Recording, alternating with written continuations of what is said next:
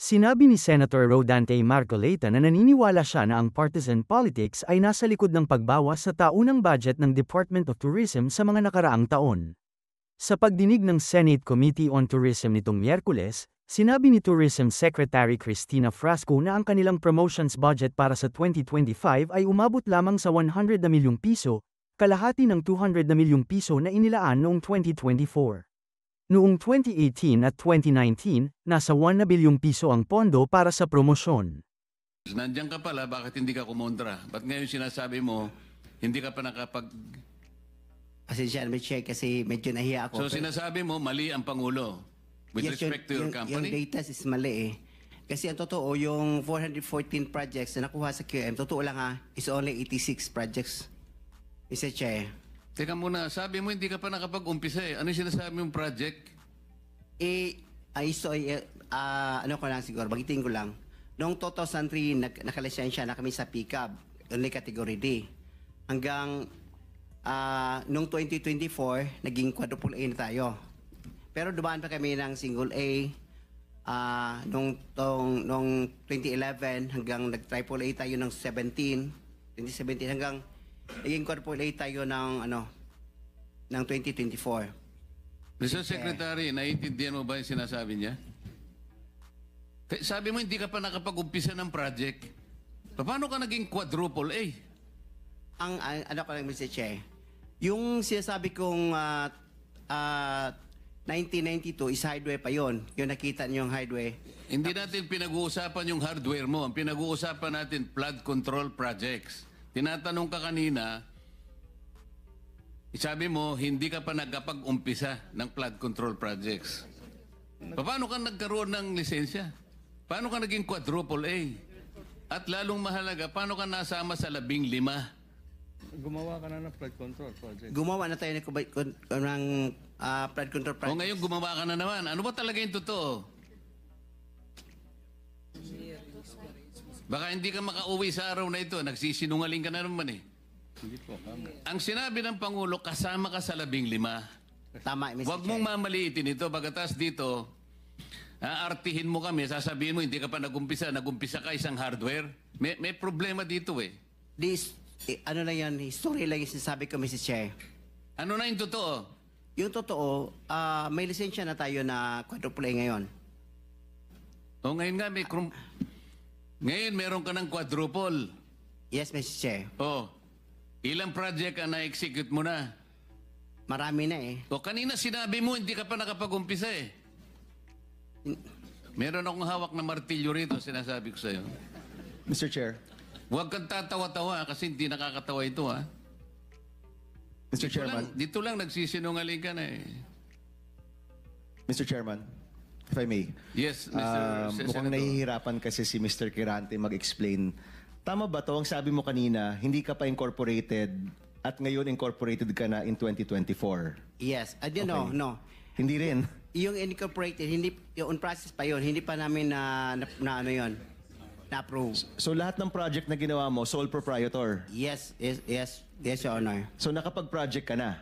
Yes, Your Ano Honor. yung sinasabi mong hindi ka pa nagsisimula or hindi mo pa nagagawa? Yung incorporated, kasi hindi pa na-approve yung namin, hindi pa naman na-practice, hindi pa na-transfer from sole proprietorship into... So kaklaruhin ko lang, marami ka ng project at tama na isa ka sa top 15, correct, Mr. Kirante? Yes, Your Honor. Pero hindi ka pa incorporated. Hindi pa. Yun sole yung pa rin. sinasabi mong hindi ka pa incorporated. Yes, Your Honor. Yun yung binabanggit niya kanina, Mr. Chairman. Malabo pa rin eh. Mr. Secretary, tumatanggap ka ng isang sole proprietorship na mag-undertake ng flood control? Well, Mr. Chair, actually, he has the pickup license. His Paano siya license- nagkaroon ng pick-up license as a contractor? He has the a pickup license. Paano ka Credited. nakakuha ng pick-up license, Wala pa Mr. nung, Kirante? Sole wala. proprietorship ka lang? Yes, Mr. Chair. Kailan mo nakakuha yan? 2003. Hanggang nag-upgrade tayo sa 2007, naging B tayo. Hanggang 2011, naging A tayo. Yung 2017, naging AAA So, tayo. ano yung net financial contracting capacity mo as a sole proprietorship? 40 billion, Mr. Chair. 40 billion? Yes, Mr. Chair. Yung financial statement mo, padala mo sa amin.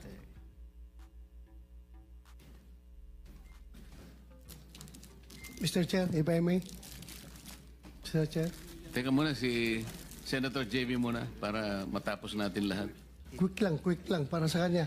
Kanino? Kay Randy, habang hindi pa siya umalis. Naniniwala ka pa dyan? Naintindihan ko, Mr. Chair, dahil tingin ko, Bisaya ito, hirap mag-express ng sarili niya in Tagalog. Kaya, I would rather advise him na uminom ka ng tubig, mag-inhale ka, relax ka, at ang pagsalita mo, huwag mo masyadong bilisin. Naintindihan kita pareha tayo Bisaya. May difficulty in expressing yourself ka. Hindi ko kinakampihan, Mr. Chair, ha? Ang sinasabi niya, meron siyang 40 billion pesos. 40 billion. NFCC. 40 billion ang sinasabi niya. NFCC, Mr. Chair. Kaya nga, 40 billion pesos. Yes, Mr. Chair. Oh. Naniniwala ka, Mr. Senator? Ano yung NFTC, Mr. Chair? Hindi ko... Net? Net financial contracting capacity. Totoo. Tinoon na. Bay. Ha? Yeah. May 40 Yes. billion ka. Yes. Nakadeposito sa bangko na. Ano sa mana? Ay, Paano? hindi. Yung NFCC kinuha sa... Ano yan? Yen o pesos? Asset yan. Kasi yung NFCC, kinocompute ng times 15 yon, Mr. Chair. Halimbawa, may 1 billion ka sa bangko. Pwede ka sa 15 billion. So, halimbawa, may pera ka sa bangko na 2 billion, ibig sabihin, pwede ka sa 30 billion. Yan ang computation. Kaya tayo yung pera natin, kasama na yung mga assets, more than 2 billion. Kaya, i-multiply natin ng 15, abot ng 40 billion. Kaya kami munta at hanggang 40 billion. Mr. Chairman, Mr. Kirante, ito tinitignan. Ano yung 2015 na QM Builders Incorporated? Ina-apply namin dyan sa SEC, Pero Your Honor. 2015 pa siya. Pero hindi pa namin tinatransfer Transfer to? to sole proprietorship into incorporated. Hindi, ito incorporated na ito eh. This is a corporation. Kasi ang explanation ng bookkeeper natin, yung ano natin gahandle, yung experience from sole proprietorship, itatransfer muna sa Hindi, incorporated. iba yung experience, iba yung corporate entity. Ha? Incorporate entity is 2015 nandyan na siya. Pero sinasabi nyo, walang nangyayari. Wala nangyayari. Ang Ina-apply lang. ginagamit nyo since noon pa ay yung inyong sole proprietor. Yes, Your Diyan Honor. pumapasok inyong income, in other words. Yan rin ginagamit nyo pagbibid ng mga projects. Yes, Your Honor. Tama? Ganun pa? Ganun ba ho ang interpret? So, dalawang entity, yung sole proprietor at yung incorporation. Yes, Your Honor. Okay. Sabit nyo na lang ho sa amin yung mga dokumento na yan. Thank you, Mr. Chairman. Senator JB? Thank you, Mr. Chair. Mr. Chair, siguro ang gusto natin dito, aside from the accountability that we're looking for, ang gusto natin ma-achieve in aid of legislation. Mr. Chair, I have the second bill that I filed in this Congress is a comprehensive master plan for infrastructure development. Na kahit sino po ang maging presidente, when it comes to infrastructure, especially big ticket items, dapat po tuloy-tuloy. Tulad ho ng mga floodway projects, kanina nabanggit ni Secretary, it transcends different, multi-year po ito, at it may transcend different administrations. No? Ang tanong ko lang, Mr. Secretary, siguro matagal na rin ho kayo na sa DPWH. Dati po, meron tayong Napindan, Channel, Manggahan Floodway, and other big flood control projects. Pero parang lately, do we have similar flood control projects of this magnitude? Yung ganito kalaki. Kasi sa tingin ko po, siguro sagutin nyo rin po ko, yung taon-taon na pinoproblema ng Central Luzon, ng Bulacan, ng Pampanga, kamakailan tayo nandito rin, ang kailangan po talaga dito, floodways, spillways, and water impounding. So, Mr. Secretary, at present, meron ho ba tayong ganitong mga uri ng proyektong ginagawa? Before the Secretary answers that question, let me acknowledge the presence of our senior Vice Chair of this committee, Senator Alan. Growing your dream business and selling products that are loved doesn't have to be a struggle with the right tool like Odoo. You can now answer the question. Thank you, Mr. Chair. Yes, Mr. Chair. We have similar projects of that magnitude in the other river basins, major river basins in the country, Mr. Chair, that are financed by official development assistance, Your Honor. And in these major river basins, they have a comprehensive master plan, Your Honor. But Mr. Secretary, as we had discussed already, no matter how comprehensive these river basin master plans, until and unless you are able to coordinate with that office that we made reference to earlier, Yes. This is the River Basin Control Office, walang mangyayari dyan. Because it should have been an integrated one. That's Kahit na 100 river basins pa yan, with their separate and individual master plans, kailangan pong coordinated per the mandate of the law na nakalagay sa balikat ng RBCO. So sa ngayon, wag po natin munang gawing parang sagot na makapagbibigay ng kapayapaan ng loob sa ating mga kababayan. Wala pa po tayong na-accomplish in relation to an integrated master plan that will answer the continuing problem of flood ravages in this country, Mr. Secretary. That's correct, Your Honor. Total, pinag-usapan na rin kanina pa na master plan po dapat ay sundin. No? Pinoint out na rin po ng ating chair. Pero, Mr. Secretary, nabanggit ko kanina, 3 taon na ho tayo. Pangatlong taon na ito, kung di ako nagkakamali, na tayo nagkakaroon ng pagdinig dito tungkol po sa flooding.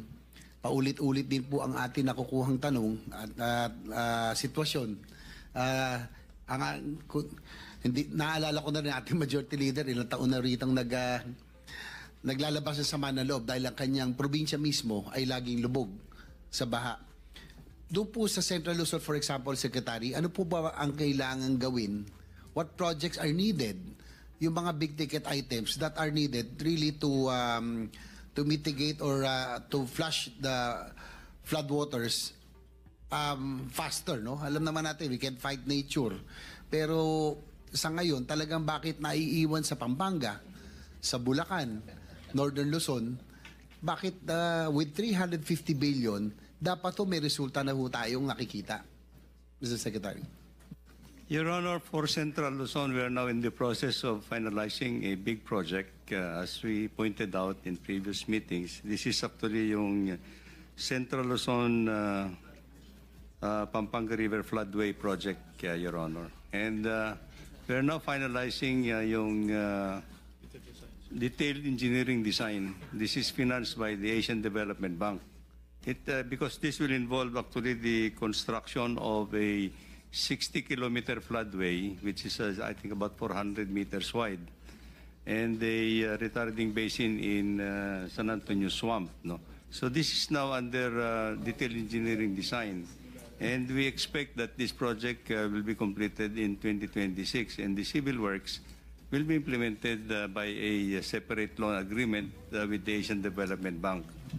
You see, of this magnitude, Mr. Chair, this involves a lot of steps in the preparation of the entire project is estimated to cost almost about 150 billion pesos yata. So I think yung preparation of this kind of a magnitude wave project is very tedious, Your Honor. Pero Mr. Secretary, narinig na rin ho natin yan 3 years ago. I am glad kung talagang nagsimula na at kung 150 billion lang yan binabanggit nyo, kalahati lang ho yan ng taon-taong budget. Kayang-kayang gawin kung talagang gagawin, no? Gugustuhin. Ang tanong ko lang po, kung yan po ay parte ng master plan, Siguro yes or no lang ho. Nasusunod ba talaga yung master plan ng ating sa kasalukuyan? Or is it that with the very large budget of the for flood control, hindi ko kaya, dahil po, pinoint out kanina ng ating chairman, obviously, dapat common sense dictates na dapat yung flood-prone provinces, nandun ang concentration ng flood control projects. Hindi ho kaya yung pong mga district offices would want a pie of that 350 billion a year master plan, flood control projects. Kasi po sa nakikita ko, doon lang po sa may mismatch doon sa concentration ng flood control projects, iba-iba.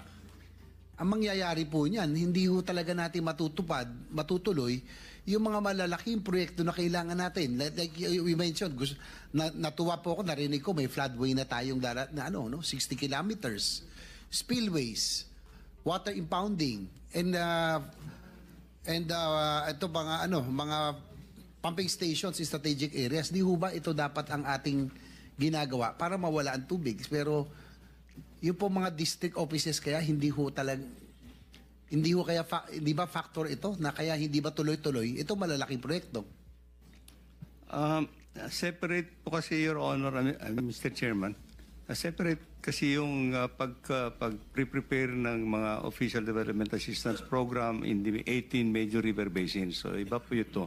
Now for the local, yung mga other projects, flood control projects, na on a district or legislative level, Mr. Chair, these are actually prioritized at that level. And however, ang kwan po natin dito, all these projects should have undergone some preparatory works actually na dumadaan po dito sa Provincial Development Council, dumadaan po sa Regional Development Council in order for them to prioritize all these projects, Your Honor.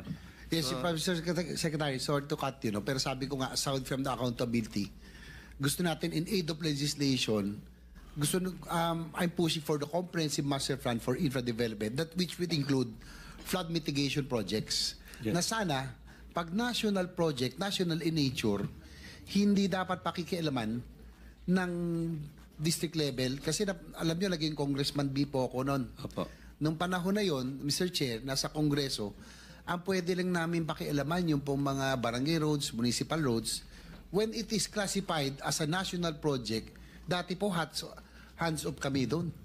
Nagtataka lang ho ako ngayon, bakit pati ang national projects minsan ngayon, mukhang napapakialaman na. Mr. Secretary. Well, this is the reality of how the budget is being formulated at this point in time, Your Honor. I think we submitted to, as I said, the entire budget is under the scrutiny of Congress, Your Honor, at the end of the day. So whatever will come out of in the law, in the General Appropriations Act, would be the projects that we implement, Your Honor. Well, I empathize with you, Mr. Secretary. Hindi lang naman ho kayo. Kaya ako kayo tinatanong because we would want to we would want to correct some mistakes of the past na nasa tama na tayo. Because of our political system, yung po mga infra projects natin, for example, railway, other big ticket items, hindi natutuloy kasi nga bawat presidente, bawat administrasyon may sariling programa. So itong flood control programs din, dapat dams, floodways, lahat po, long term po ito. That's why I'd want to get your inputs on how we will be able to draft the comprehensive master plan na kasama po ito, na hindi na ho mangyayari ito, na hindi na po mapakailan. Mr. Secretary, siguro ito na lang ho. Ito might be parochial in nature. Alam niyo naman siguro 3 taon na tayo nag-uusap pa budget. Meron lang kong example, yung po sa San Juan, yung hiniling ko sa inyo na flood, yung pumping station na kinulit-kulit ko. Ito, tatay, gaya sinabi ni Senator Mig Subirit, hindi ho masama ang insertion or congressional interference o kung ito po itatayuan ho natin, kung makakabuti, ito po nangyari to, Barangay San Perfecto, Mr. Secretary. Hanggang ngayon po ito, nung mayor po ko at nag-congressman, nakapaglagay na tayo ng about 6 pumping station. Hanggang nung naging senador po ko, nakakuha tayo ng isa o dalawa pa. Ito po, last 3 or 4 budgets na hinihiling natin. Kaya lang po, because of political reasons, sabi kasi na mayor doon, basta galing sa aming proyekto, hindi pa papasukin. Pero Mr. Secretary, ang kawawa dito, hindi ho ako, hindi ho ikaw, hindi po yung mga nasa morang nakaupo. Ang kawawa ho ikaw, hindi po yung mga nasa morang nakaupo. Ang kawawa, yung mga kababayan namin.